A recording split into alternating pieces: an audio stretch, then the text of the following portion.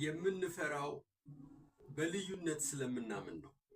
ህይወታችንን ከሌሎች ነጥለን ነው የምናየው። ሌሎች ፍጥረታት ህይወት ያላቸው ህይወት የሌላቸው በሙሉ ከኛ ውጪ ያሉ ናቸው ብለን እንረዳለን።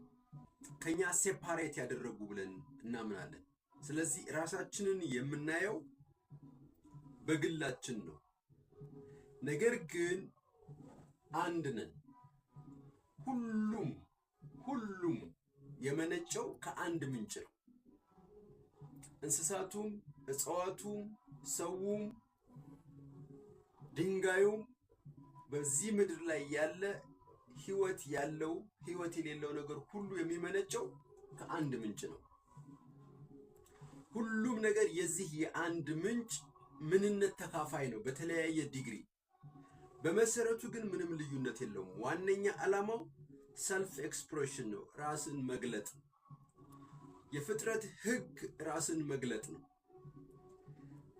ሁሉም ነገር ከአንድ ምንጭ የሚመነጭ ከሆነ፣ ሁሉም ነገር ራሱን የሚገልጥ ከሆነ ያለው ሃርመኒ ነው ማለት ነው። ኮምፒቲሽን ሳይሆን ኮኦፕሬሽን ነው ያለው። ኤነሚቲ ሳይሆን ፍሬንድሺፕ ነው ያለው። ምክንያቱም ሁሉም ከአንድ ሶርስ ነው የተቀዳው። በሁሉም ውስጥ የዚህ ሶርስ የዚህ ምንጭ ማንነት አለ።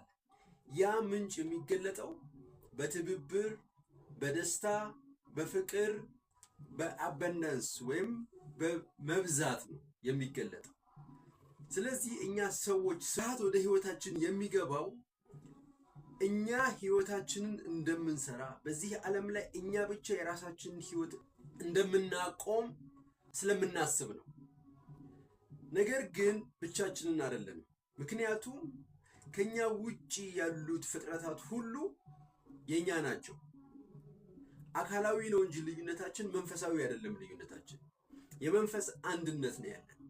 በዛ የመንፈስ አንድነት ውስጥ ሁላችንም ከአንድ ምንጭ የተቀዳ ነው፣ አንድ ነን። ስለዚህ የኛን ዓላማ ስናሳካ ብቻችንን አይደለም። ሰዎች የኛ ጠላቶች አይደሉም። እንስሳት የኛ ጠላቶች አይደሉም። ነገር ግን እኛ በጠላት ስለምናምን፣ በፍርሃት ስለምናምን፣ በችግር ስለምናምን፣ በእጥረት ስለምናምን የኛ እምነት ህግ ይሆንብናል። ምክንያቱም ሴፓሬት እናደርጋለን ከትሩ ማንነታችን፣ ከትክክለኛው ማንነታችን፣ ከዚህ ከምንጫችን ሴፓሬት እናደርግና የራሳችንን ዓለም እንፈጥራለን። ከራሳችን ዓለም ተነስተን ራሳችንን እንረዳዋለን። ነገር ግን ብቻችንን አይደለም፣ አንድ ነን። ተመሳሳይ ሚሽን፣ ተመሳሳይ ሶርስ ያለን፣ ወደ ተመሳሳይ መንገድ የምንሄድ ተመሳሳይ ፍጥረታት ነን። ልዩነታችን የፎርም ነው፣ ልዩነታችን የዲግሪ ነው።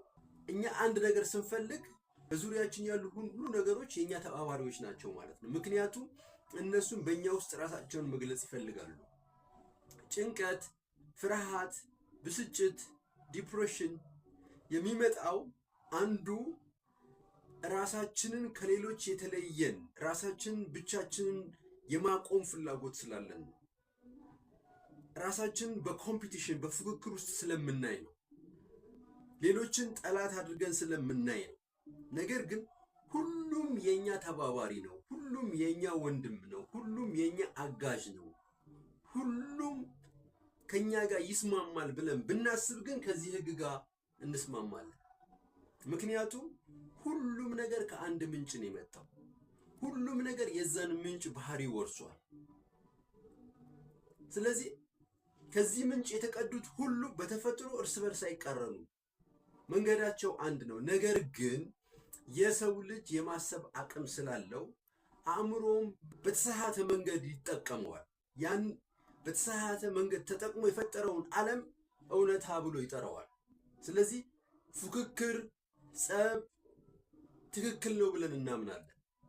በጠላት እናምናለን፣ በፍርሃት እናምናለን፣ ቀናትን እንፈራለን። ይህ የኛ ዓለም ስለሆነ ነው። በተፈጥሮ ግን ሁላችንም አንድ ነን። እኛ ቀና ስንሆን፣ እኛ ፖዚቲቭ ስንሆን ሁሉም ነገር ከኛ ጋር ይተባበራል። አመሰግናለሁ።